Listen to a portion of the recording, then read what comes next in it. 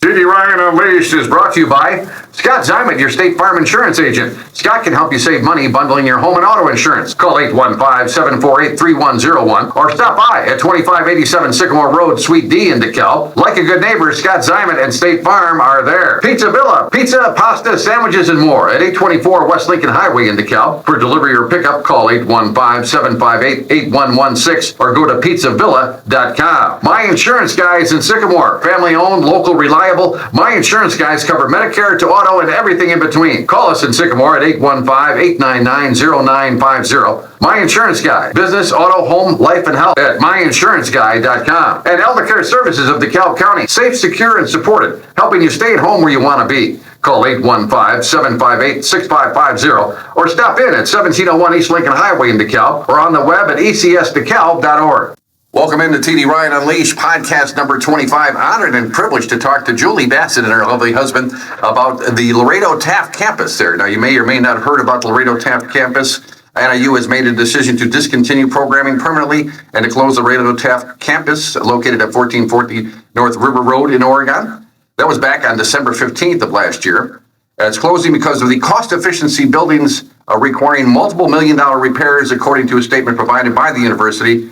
Maintenance repair worker at the LORADO TAFT campus said around 20 to 25 people would lose their jobs. However, some are possibly getting transferred to NIU. And Julie, I know you don't know everything about this, but really impressive looking at your credentials about why you're doing this. But welcome and get a little closer to the mic and tell us why are you doing this? Why are you and your husband doing this? Well, first of all, thank you so much for having us here. We feel very privileged to have the opportunity to speak about the LORADO TAFT field campus. A little bit of background about myself. My mom got her master's in outdoor education at LORADO TAFT in 1970. Yeah, let's point out, NIU took it over in 1951, right? And then they were offering a master's program at that time. Yeah, I don't really know all the specifics about exactly what programming or when things changed or shifted, but yeah, since 1951, NIU has overseen operations of it, providing for thousands and thousands of children and educators to go out there and experience the environment in an outdoor classroom. No walls, experiential learning. And when I got my undergraduate in elementary education, part of the practicum was to go out to LORADO TAFT. So I got to experience it myself. And so there's a little bit of a legacy piece there. You not only went, but you led the night walks, didn't you? Tell us about the night walks, because that was really cool being out there and imagining with no lights or anything. Tell us about what that night walk was. Well, actually, that's like one of my favorite things, because you're working with, it was primarily for children 4th through 8th grade. And so we had 6th graders, I believe was the age. And who needs internet when you've got 6th graders hanging around because they know everything? And so it was a lot of fun going out at night. And a lot of these kids are from the city, so they haven't experienced hooting owls and coyotes howling in the distance. Well, just the darkness, right? Because Correct. They're so used to having all the city lighting and all the artificial lighting. Yes, indeed. And so taking them out at night, kind of stumbling along the path with our flashlights, and their eyes, their eyes were so big and hanging on each other as we walked along, and just being spooked. It was kind of fun. It was kind of fun seeing them a little bit out of character, and many of them remember that as part of their favorite memories. Only if you're those night hikes. If only your potential donors could make that walk, make that, and especially with the kids with them, to see that experience. Absolutely, everybody should experience that for sure. It is life changing there. That's great. Now, again, and it goes back to your connection to the land there, the spirit that left a lasting impression on you. Early connections that planted a seed which would eventually grow to a vision of Together for Taft. Now, that's what we're talking about. That we're not talking about William Howard Taft's great-great-grandson making a run for president. We're talking, when I first came to this area in the early 2000s, I thought somehow President Taft was involved with this name. I didn't know who LORADO TAFT was. And do you find that a lot? Are more and more people learning who LORADO TAFT was? Many people that I've spoke to are familiar with LORADO TAFT, the sculptor from Chicago. Okay. I always make sure that there's the clarification there. Usually when I start my little sales pitch, it's always about, LORADO TAFT, the sculptor from Chicago. But yeah, in 1898, he went out to the Eagles Nest Art Colony, him and 12 other peoples. They met at the Chicago Fair, right? The World's Fair there at the Columbia Exposition. And it wasn't just artists, right? I was very interested. I had the list here somewhere, but they're writers engineers and poets. And I mean, this was a quite electric group, wasn't it? Yeah, actually, what I find is very fun, fascinating fact is that actually the Eagles Nest Art Colony is considered one of the first hippie communities in the United States. Is that right? In 1898, yeah, a collection of people. They used to run around in the forest in their gossamers and lanterns, and people of Oregon, I guess, were pretty because you're talking about farmers, right. Finding city people, artists and stuff in the woods. And so they were like, what are those crazy Chicagoans up to now? Well, one of the stories, I will jump ahead then, because you were talking about the hippie-like location, and I guess they were paying $1 a year, right, for their rent. And That's right. They would make quite a production out of paying that $1 rent every year. They parade did. To the farmer and then in costumes and such. And yes, yep. Yeah, they were very artistic in many aspects of the work. Very theatrical. I love it. So the game plan was he would lend them that property until the last remaining member died, right? And that was, what, 1942? I believe that's correct, yes. Okay, yes. But Taft died in 36, right? And probably. A couple years before that, okay. Yeah, somewhere around there. I don't know the exact date, but yeah, correct, yes. So at that point, the gig was up. The lease is no longer available to them, and so it's time for who to buy the property then? Well, I don't know how it all transpired exactly, but Adelaide Stevenson did, and I don't know the exact terminology for it, awarded NIU the property, is what I will say. I don't know exactly how it exchanged hands or if there were any stipulations in contracts or anything of that nature. I can't answer to any of that.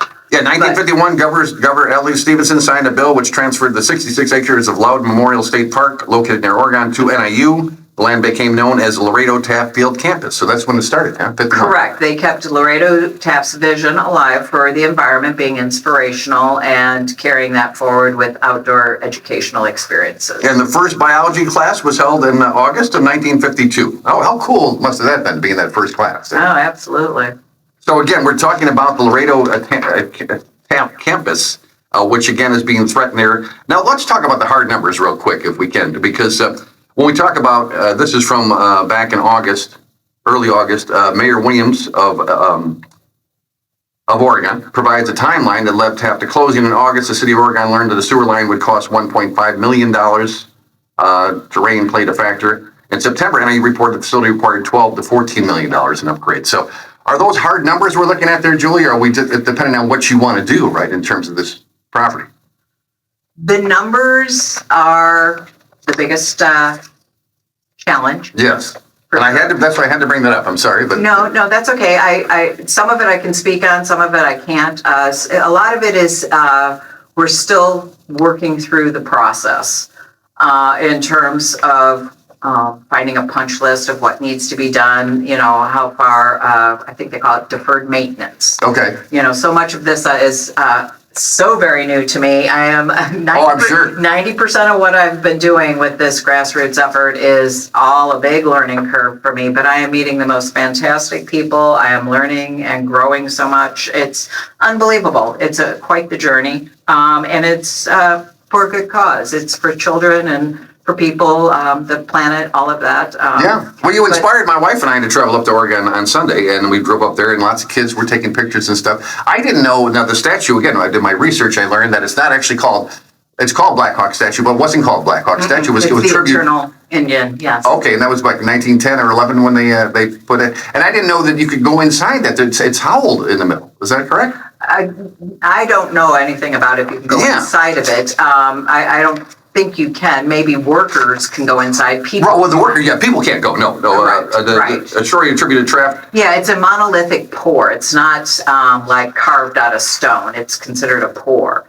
Laredo Taft built a small scale sculpture. Okay. And then he hired a person, I don't remember his name, but he gives a lot of credit to the person who did do it, where they encased it with wire mesh and however they do the Yeah, it was John It's like G. the second one and the largest one in the world or something. John G. Proshon was the young sculptor at the Chicago Art Institute that helped him create the figure. The 50-foot tall, including 6-foot base with iron. The Howell statue is 8 inches thick at the base. The interior is accessible to park employees through a door at the base.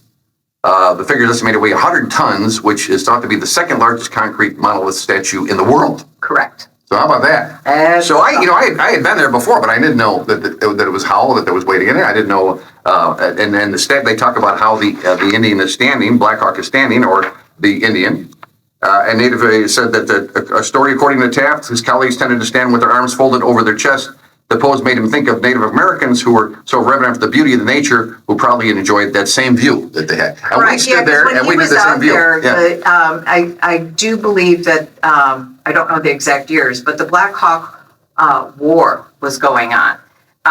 Not when they were living right out there, but he, I think, took that in part of reverence of the Native Americans traveling over the countryside and their resilience, their connection to nature, the inspiration, how we're interconnected. And I believe he wanted to honor it in that respect. And that's why it is the Eternal Indian overlooking the Black Hawk. And I'm sure you two are old enough to remember the old ad that they had to beautify America, where the Indian was standing there at the shoreline. Do you remember that? And the garbage was floating up on his feet? Oh, yes. I remember, and a tear came down. I remember that as like a Hams commercial. No, it was similar to the Ham Spirit commercial, but a very powerful imagery there with him standing by with the garbage being thrown at his feet there. But tell him more about Laredo Taft campus. It was called Eagle's Nest Colony, right? Because there was a tree, right? A tree there. There was the tree that they. Let's go through your outline here. I have About Together for Taft. They're honoring history, inspiring the future. Who you are. It says that basically you're passionate individuals, educators, historians, environmentalists, and community activists working to restore and preserve the Laredo Taft campus. So you have a lot of entities coming together here, don't you? Yeah, we do. We're, I kid you not, this is being divinely driven on every aspect you can imagine. Well, all you got to do is go out there and you're in one with God. I mean, you feel like you're in tune with God when you're out there. Well, just even the people that have come across my path on doing this. It's not like black tie events and moving and shaking with people. The right people are just coming when I seem to need them. And first and foremost was Dan Kenny.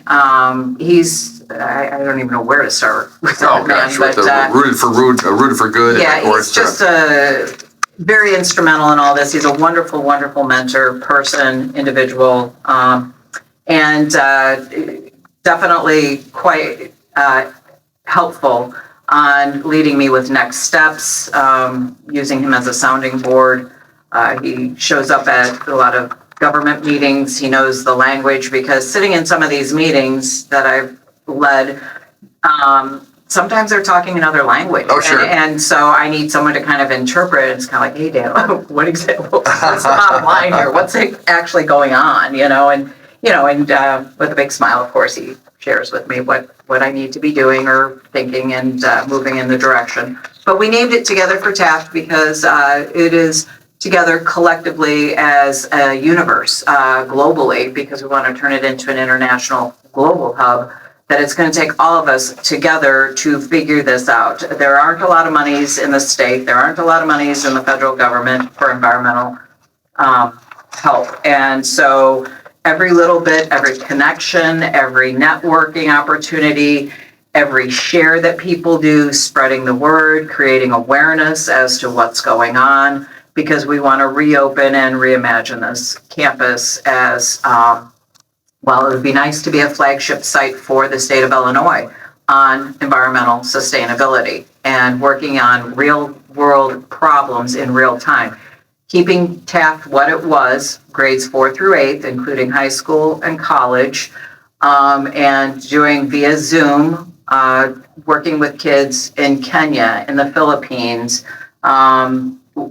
What kind of problems are we facing here? And then them talking in real time. How are they attacking their problems there? Sharing on maybe Earth Day. Not all of us planting, say, 20 trees in our locations, and not just doing it as a feel-good moment, but as a movement, and really thinking of global vision on saving the planet. One of the gentlemen, again, being divinely driven, works for this. It's called Caretakers of the Environment International. Actually, two of them work for that. And they've been around for over 30 years, and they already do the international piece. And there's a Caretakers of the Environment International, CEI. There is one in Oregon, the state. There's one in Chicago, which both of them are part of, and there's one in New York City.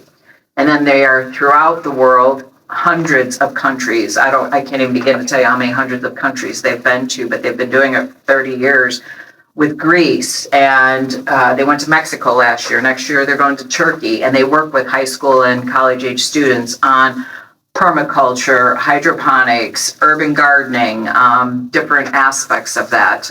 We want to infuse with the younger kids, 4th through 8th grade, like an indigenous Native American approach. And another key piece is intergenerational teaching. People that are 60 and older working with the youth on leadership skills, volunteering their time, showing ways to garden, showing how to can, going back to some of the basics on woodworking, sewing, whatever, hobbies. And then the younger kids teaching the older people, technology, how to use your phone, how to work online.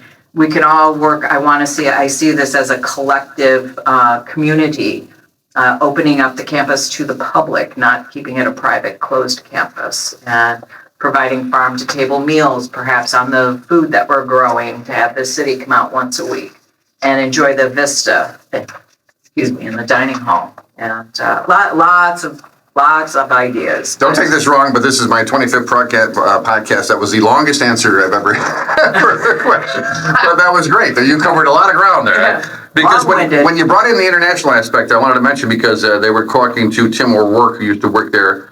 And he said, when I began work in the 80s, it was the peak of the educational program. Several professors and graduate assistants were on staff. They were waiting for a list of grad schools waiting to come here for residential outdoor ed and master E level classes. Attracted students from all over the world, especially in the summertime. When a full curriculum was offered, he goes, I especially remember all the Canadians coming here. So like you said, people were coming from all over the world to this campus. Yeah. And now you're going to give me the shortest answer there. Very good. Well, let's talk about some of the other people here. Now, Calvin Young, tell us, he's your Global Outreach and Engagement Director. What is Calvin? Calvin is the president of Caretakers of the Environment International, which I was just mentioning. Yes. Okay. He's from Chicago. And Wayne Shim? Yep. If I'm saying that correctly? Wayne has a 5-page resume. I don't know where to begin or end with that man. There's not a cause he hasn't been involved in. He actually was instrumental in writing Illinois Department of Natural Resources' first, co-wrote actually, their first educational piece that they still use in centers today throughout the state. He was a retired teacher from the Chicago area. He was instrumental in getting the river cleanup in Chicago.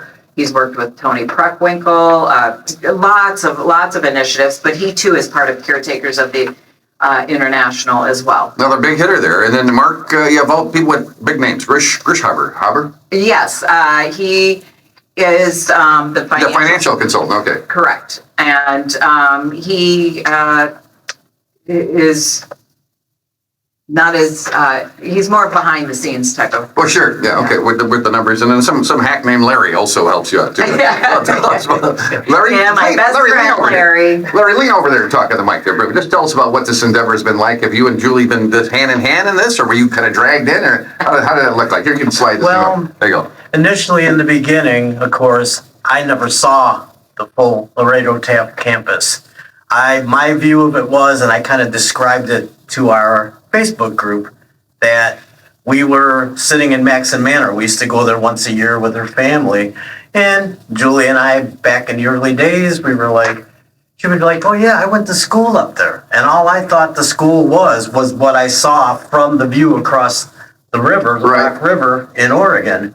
And when I actually got to see the campus after the journey started with Julie, of course, I was just blown away. I was absolutely amazed and jumped both feet in and helping where I can, when I can. I stay mostly in the background, but I'm there for her. You know, she needs help. She does her speeches at home. I'll sit there and listen. I'll help her out. I've taken on social media, some of the other work to help out with the group. Okay. And, and different things that we go along with. So, and again, I stay in the background, advise, help out, but I'm enjoying the ride. I love it. It's That's been great. amazing. Well, thanks for chiming in. Larry was reluctant to do that. We appreciate that, Larry. And of course, we mentioned Dan Kenny as well being part of this. I brought a couple pictures here that I was doing research. Boy, there's so much great information about the LORADO TAFT campus. But this one really touched me with these young, I don't know if this is still there. I tried to find it with my wife yesterday.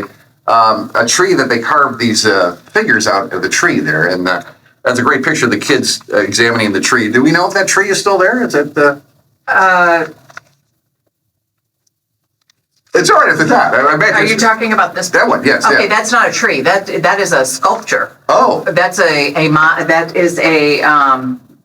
see, we're learning cement here. sculpture. Yeah, no, that's not a tree. That is a sculpture, and that is one of the only pieces that's still on the property. It's Oh, it called is? the Six Muses, yes. Oh, we went to look for that. Okay. Yeah, it's a beautiful, it's one of my favorite pieces. I think it's just so mysterious, and anyway, yeah, it's beautiful. Well, let's talk about the campus itself now, because my understanding is that 141 acres? Correct. That is owned, right? Okay. And there's 15 buildings. That might have been an older article I was looking at. Roughly 15 buildings, right? Correct. Okay, and I don't know if you've ever seen a show on Discovery Channel. It's called Abandoned Places, where you go in. And my wife and I were walking around there yesterday. We're thinking about what it must have been like at the height of, with all the kids being there and everything. And so what, are you doing this in stages, or what is your initial goal? Because obviously the stuff I had was back in December. Well, and now here we are in August of 2025. And where do we stand right now? Okay. Let's see. Just roughly, yeah. Okay, well, right now where we're at is the state has said that they are willing to consider working with us. So that is a big bonus. That was, we stopped the trajectory of it being abandoned and no longer, and we're at a point where that they're willing to listen, and they are our biggest cheerleaders, I hope. And but now let me back you up if I could. So NIU still technically owns the campus, right? correct, I can't get into any of those. No, I know you can't, but I'm just saying for the fact is that NIU owns the campus right now of August of 2025. Yes. Okay, so your plan is to do this in stages, like in other words, develop part of this area at a time? Yeah, it's a very layered, complex process. Every time I'm hoping it's like, it's like, I got another, 7-10 steps to do. Oh, sure, we can imagine. Yeah, it's there's a lot of red tape. Well, the infrastructure is the key, right? I mean, that's where you got to start, really. Just like any building, the concrete, the base is the key. So the infrastructure is key, but you can do things while you're working on the infrastructure, right? Or do you have to wait till that's all done? And again, you don't have all the answers. Yeah, right now, but there's a lot of it. I rough just plan? can't really talk about a lot of that. The rough plan is where we're at is raising money.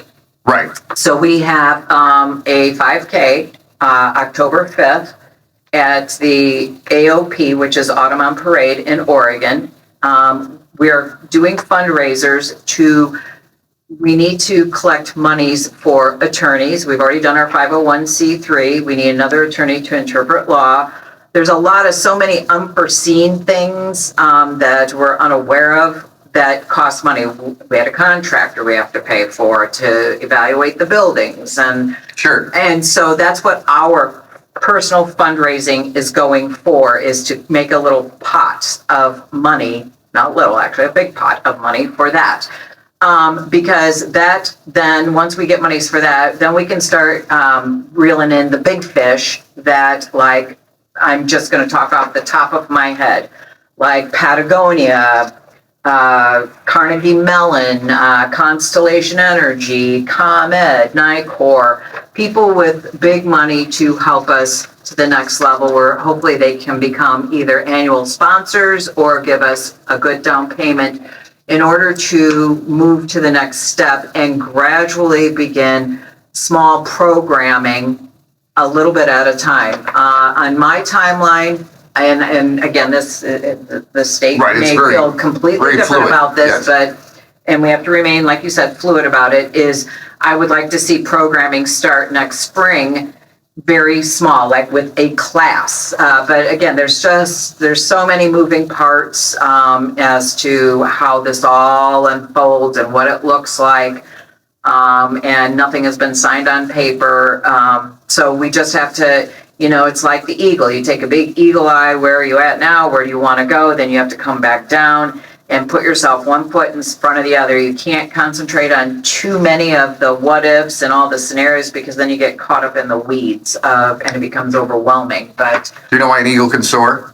no, I don't. Because it takes itself lightly. My grandmother had a poster of that. An eagle can soar because it takes itself lightly. So I want to mention that too. But you speak about the big hitters. My wife and I were talking about that. We were walking around the beautiful campus on Sunday.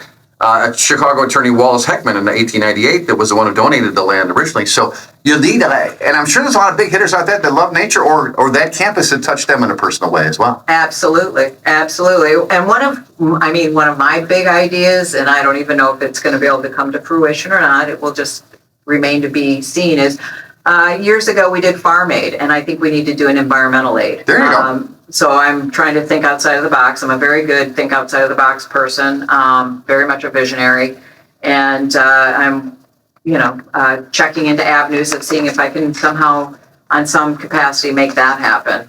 We do have a festival that, by the time this airs, will probably be over and done with, but it's at Loudon State. Yeah, unfortunately, this will air after that too. Yeah. But that's great. I know you're going to do it.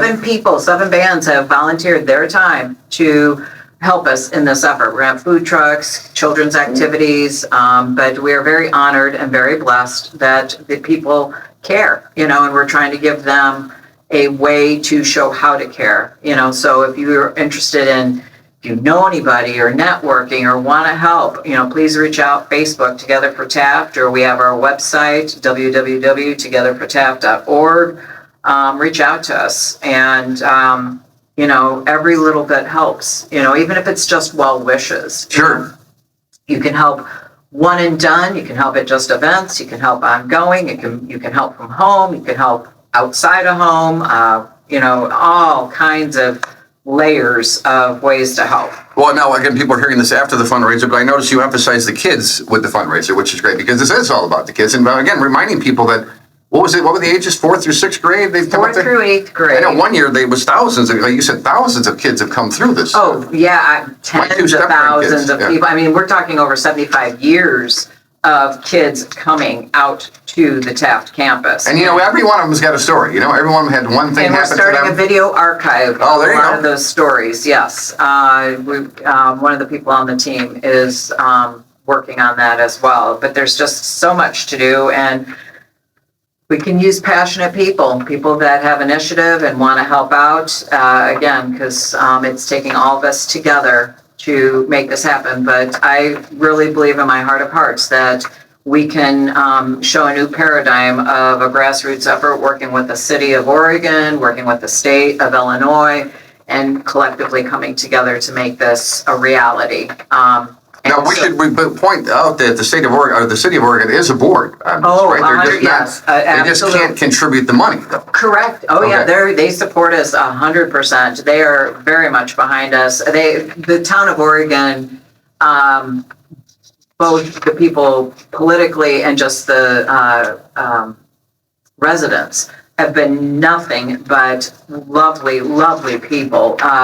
Very instrumental in helping us along, guiding us to, have you talked to so-and-so, or check this person out. The Rock River Center donated their building for us to have one of our meetings at. And I can't say enough about the city of Oregon. They've just been so lovely in helping us. Just wonderful people. And of course, part of being self-sustaining, I see here that you talk about possibility of not a community engagement, but eco-tourism. Correct. Now, that'd be a great way to be self-sustaining, have people come, because who wouldn't love to come and stay on that campus for a little while? Oh, yeah, absolutely. There are So that's a possibility, huh? Yeah, there are so many possibilities. I mean, I would love to do a little cozy coffee corner, turning one of the buildings in and having some of the intellectually challenged kids working it for us. Now, it's so funny you mentioned Cozy Corner, because I go to Elder Care Services over there. We have a book club. We just started a book club a couple months ago, the Cozy Corner Book Club. Okay. And I just Must read... be a catchphrase or something. One of the books we just read was Where the Crawdads Sing. And that they're out there in Louisiana swamps, but they're doing their research. One of the guys is doing the research for his master's degree. And I'm thinking, how great would it have been to go to a TAFT campus and do your master's work there? Oh, yeah. As your mom did, right? Yeah, right, exactly. That is Yeah, so and cool. that's why it's not just for the children, it's for all people. I mean, yes, the children are our future, and so we want to think about what kind of legacy piece, what are we leaving for our grandchildren and children of the future? You know, are they going to say that we stepped up and we, have tried to do something about it?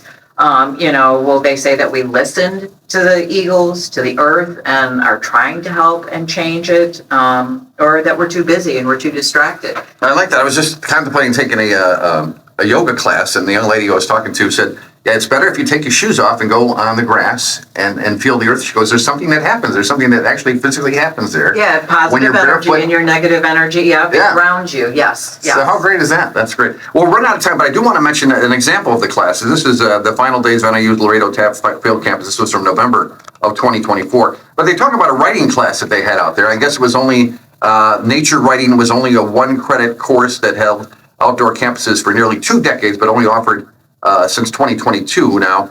And the teacher says just being in nature unlocks a part of your writing muse that you just don't know you have until you do it. And they talk to some of the kids that are out there writing, and what a great idea for writing. I was a journalism minor, and I never did anything like that. What a great idea to go out in the woods and just write about what you see. It's amazing because that's how you get rid of writer's block. And it doesn't matter if you're a writer, a painter, any creator. You could be a business person and trying to come up with an idea. Go out into nature and just sit and allow yourself to be still. And It comes to you, right? Right. It unclogs the log jam. Well, I thought that was great too. And we should point out, back in the day, PE majors came for the weekends in February to learn how to do all the classes, and then later they taught those classes themselves. Yeah, So how neat it's is that? limitless possibilities of what the TAFT campus can provide for people. At its core, environmental education, but all the clubs and groups, church groups coming out there, Sure. People that are in Chicago in these high-rise buildings, high business, come out there for meetings, retreats, have an adult getaway, Yeah. The kids get to go away for camp, why can't adults go away for camp? I mean, it can really provide just such wonderful renewal for people. And what really touched me was they're talking to a lady who used to work there. They said they host family reunions of old staff and students to come around. And they said, quote, we do a goodbye song for when the kids leave their last meal with us. He said, I don't know how we made it through the song. It was hard. It was really hard. You can imagine them singing that song knowing that that's their last time to do that. That must have been Yeah. such an emotional moment when they did that. Oh, absolutely. Yeah. And I'm sure you'll have the TAFT kids. is a magical place, and it's touched many people. In fact, that's why we have, over 1,100 followers in 6 months on our Together for TAFT Facebook group. It's touched so many people, and we have just barely scratched the surface of all the people that it's even touched. That's why the more people that know and hear about it, people have pockets, help us with this cause, help us in any way you can. Tell the people, it doesn't matter where they live in the world, people care about the planet, and that we need to save these green spaces. We have to. It's part of who we are as a species. Well, the longest journey begins with but a single step, and so you guys have made that single step. I want to leave with a quote here from you, but as we finish up, let's remind people again, how can we help out helping out to save the Laredo TAFT campus? What's the best way to do that? The best way to help out Laredo TAFT Field Campus is to follow us on Facebook, Together for TAFT, or if you don't do Facebook, our website. We have an email there to reach out, but it's www.togetherfortaft.org. Or coming to our fundraisers, and even if you don't join, buy a ticket.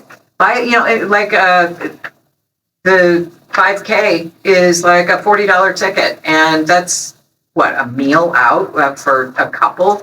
Or even a movie time out anymore. At McDonald's, maybe, Exactly. nowadays, Well, there you go. I mean, and it goes for a good cause. Sure. So, any. Yeah, and again, you don't have to be at the event. I'm sure there's ways to donate. Just there's send them a check, or Yeah, and we You can email us. We don't have a link on our webpage yet for a donation button, but you can email us and we can certainly do that. We have a letter of fiscal responsibility for our 501c3. So yeah, any great amount, big or small, certainly will help us to keep this vision moving forward. Like Laredo Taft said, the world is not yet finished, but it is still in the making. We can all have a hand in its shaping. Oh, very good. I like that. Well, I'm going to steal another quote from you because you say, quote, "We're becoming a very distracted society. Our answers lie in our environment, coming back to nature, coming back to the simplistic things in life." And I think we're seeing that more and more. People are unplugging. They're getting away from Facebook and all the technology and just getting back to nature, right? Right. Well, balance. Balance is key. And nature is a big part of that. And by keeping and saving these green spaces is how we stay balanced in our own, mind, body, spirit, emotional beings that we are. All right, let's leave it at that. Again, we've been talking with Larry and Julie Basset about, again, Together for TAFT. So help out in any way that you can. Thank you guys so much for your time today. We appreciate that. Thank you so very much for your time. We really appreciate you. A big thanks to my nephew, Ethan Davis, who makes this happen. I have no idea what I'm doing. And our sponsors as well. And that's TD Ryan Unleashed podcast number 25.